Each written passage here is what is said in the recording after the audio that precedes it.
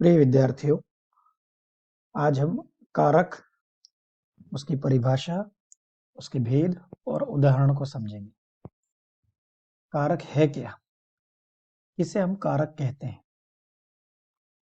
संज्ञा या सर्वनाम का वह रूप जिससे उसका संबंध क्रिया के साथ जाना जाता है, उसे हम कारक कहते हैं। एक सामान्य प्रयोग जो आप बचपन से पढ़ते सुनते आ रहे हैं, राम ने रावण को तीर से मारा। इसमें राम, रावण, तीर और मारा जो है वो मारना क्रिया का भूतकाल है।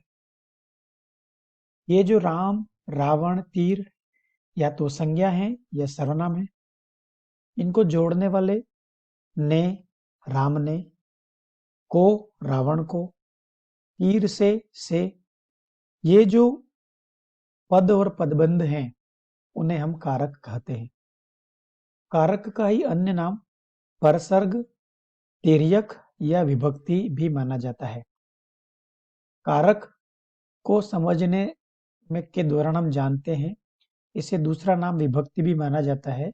यह विभक्ति दो प्रकार की होती है, संश्लिष्ट विभक्ति और विश्लिष्ट विभक्ति। संश्लिष्ट विभक्ति वो होती है जो सर्वनाम के साथ मिलकर लिखी जाती है, जैसे मेरे, मैंने, मुझको, मुझसे, तुमने। अर्थात जो सर्वनाम के साथ जब विभक्ति का प्रयोग करते हैं तो वह सर्वनाम के साथ जोड़कर लिखी जाती है। इसके विपरीत विश्लिष्ट विभक्ति जो संज्ञा शब्द से दूर लिखी जाती है, जैसे हरेंद्र ने श्यामवीर के कान में। आप यहाँ देखते हैं, यहाँ जो ने है वो हरेंद्र से पृथक है, के है वह श्यामवीर से पृथक है। और संश्लिष्ट विभक्ति में मैंने, मुझको, यह जो ने, को, से है वह सर्वनाम से जुड़ा हुआ है। आइए देखते हैं कारक के भेद। हम सभी अच्छे से जानते हैं कारक के कुल 8 भेद माने जाते हैं। कर्ता, कर्म, करण, संप्रदान, अपादान, संबंध, अधिकरण और संबोधन। और इसकी तालिका भी आप बचपन से याद करते आए हैं, जिसे हम कर्ता ने कर्म को करण से, संप्रदान के लिए, अपादान से, संबंध काके की, अधिकरण में पेपर और संबोधन हे अरे ओ के रूप में हम याद करते हैं। यह क्रमशः प्रथमा, द्वितीया, तृतीया, चतुर्थ, पंचमी, षष्ठ, सप्तमी और संबोधन के रूप में हम इसको मानते हैं और पाते हैं।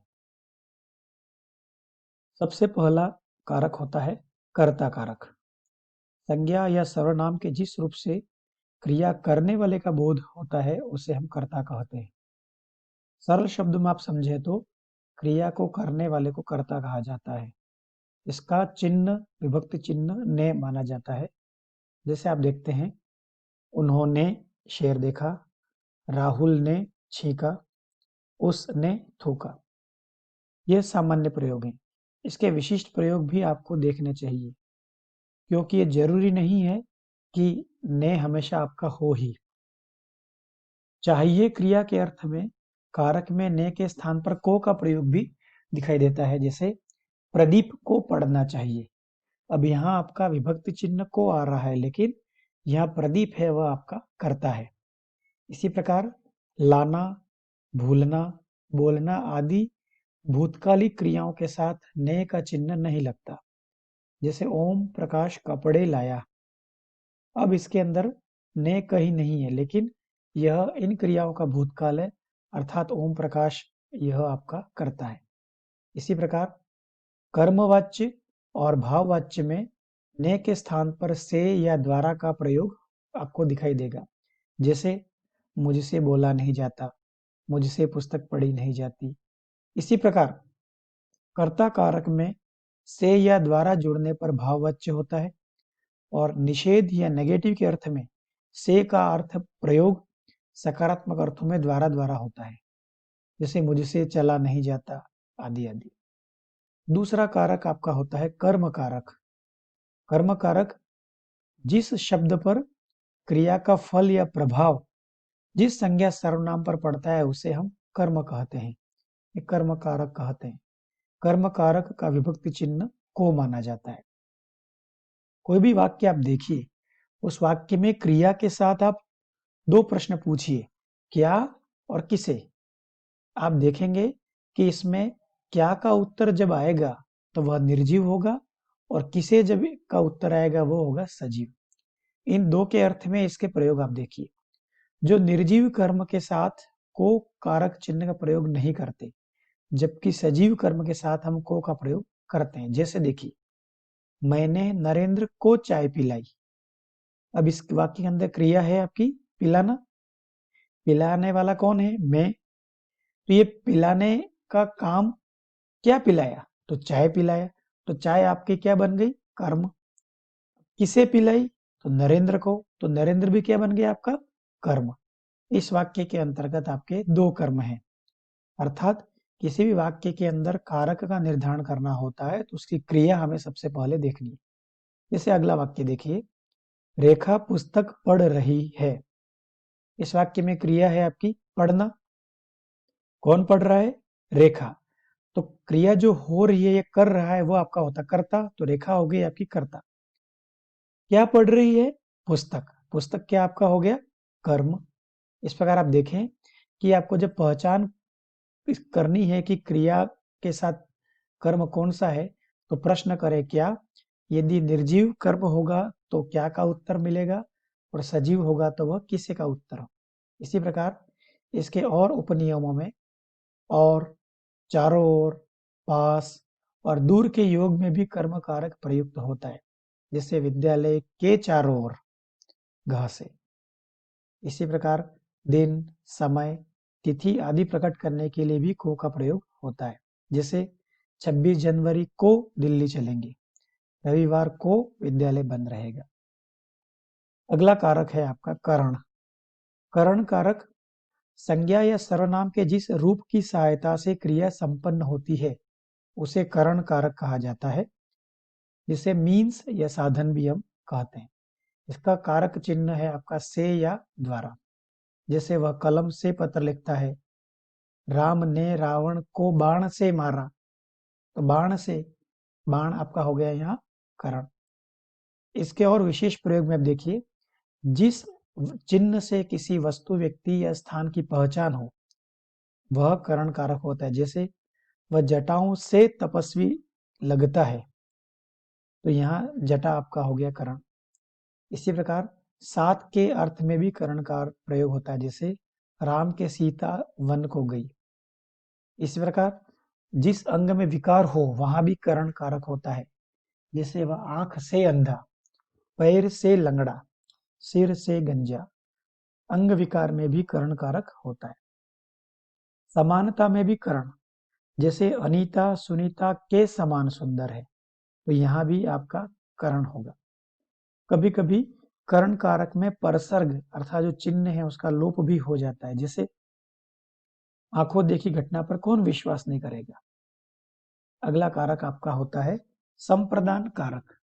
संप्रदान कारक से मतलब कर्ता से कुछ देता है, अर्थात जिसके लिए क्रिया की जाती है उसे संप्रदान कारक कहा जाता है। इसका विभक्ति चिन्ह होता है के वास्ते, के हेतु, के लिए आदि। जैसे बच्चा दूध के लिए रो रहा है। किसके लिए? दूध के लिए। भिखारी को भिक्षा दो। ये भिक्षा किसके लिए? भिखारी के लिए। अब आप थोड़ा भ्रम में हो सकते हैं, संशय में हो सकते हैं, कर्म कारक और संप्रदान इसमें क्या अंतर है। को जो कारक चिन्ह का प्रयोग हम कर्म में करते हैं और संप्रदान में भी करते हैं, लेकिन यदि देने के अर्थ में है, यदि देने का अर्थ है तो संप्रदान होगा, और उसके अलावा जो अर्थ होगा वह आपका कर्म के लिए होगा।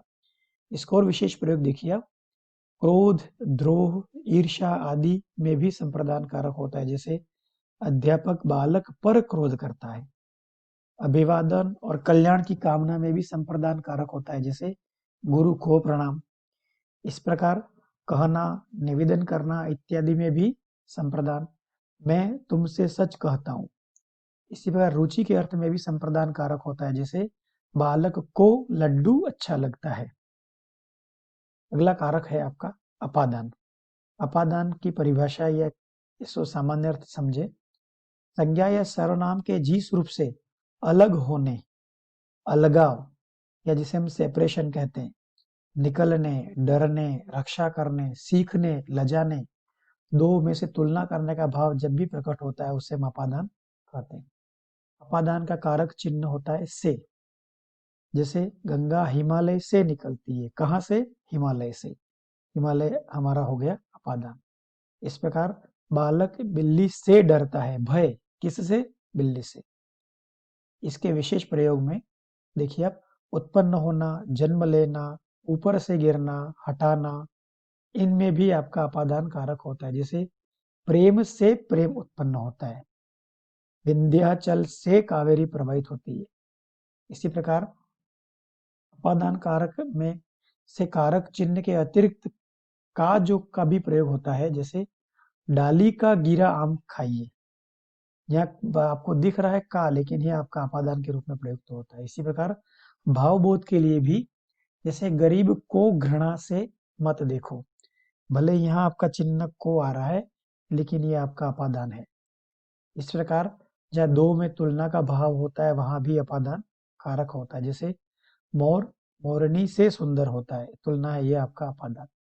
इस प्रकार अगला कारक है संबंध कारक।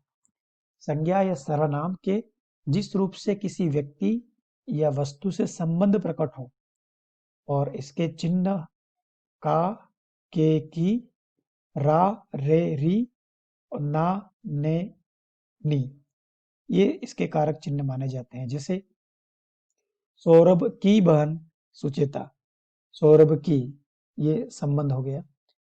यह राम का घर है। किसका? राम का। इसका एक और अगला कारक है आपका अधिकरण कारक। अधिकरण कारक संज्ञा या सर्वनाम के जिस रूप से किसी वस्तु या व्यक्ति का आधार का पता होता है उसे हम अधिकरण कहते हैं। इसके विभक्ति चिन्ह है में, पे, पर, के ऊपर, के अंदर, के बीच आदि। इसके उदाहरण देखिए, मेरी परीक्षा मई में होगी। मई में। मैं कमरे में बैठा हूं। कमरे में। इसी प्रकार पिता पुत्र से स्नेह करता है। ये सारे आपके इसी के उदाहरण हैं।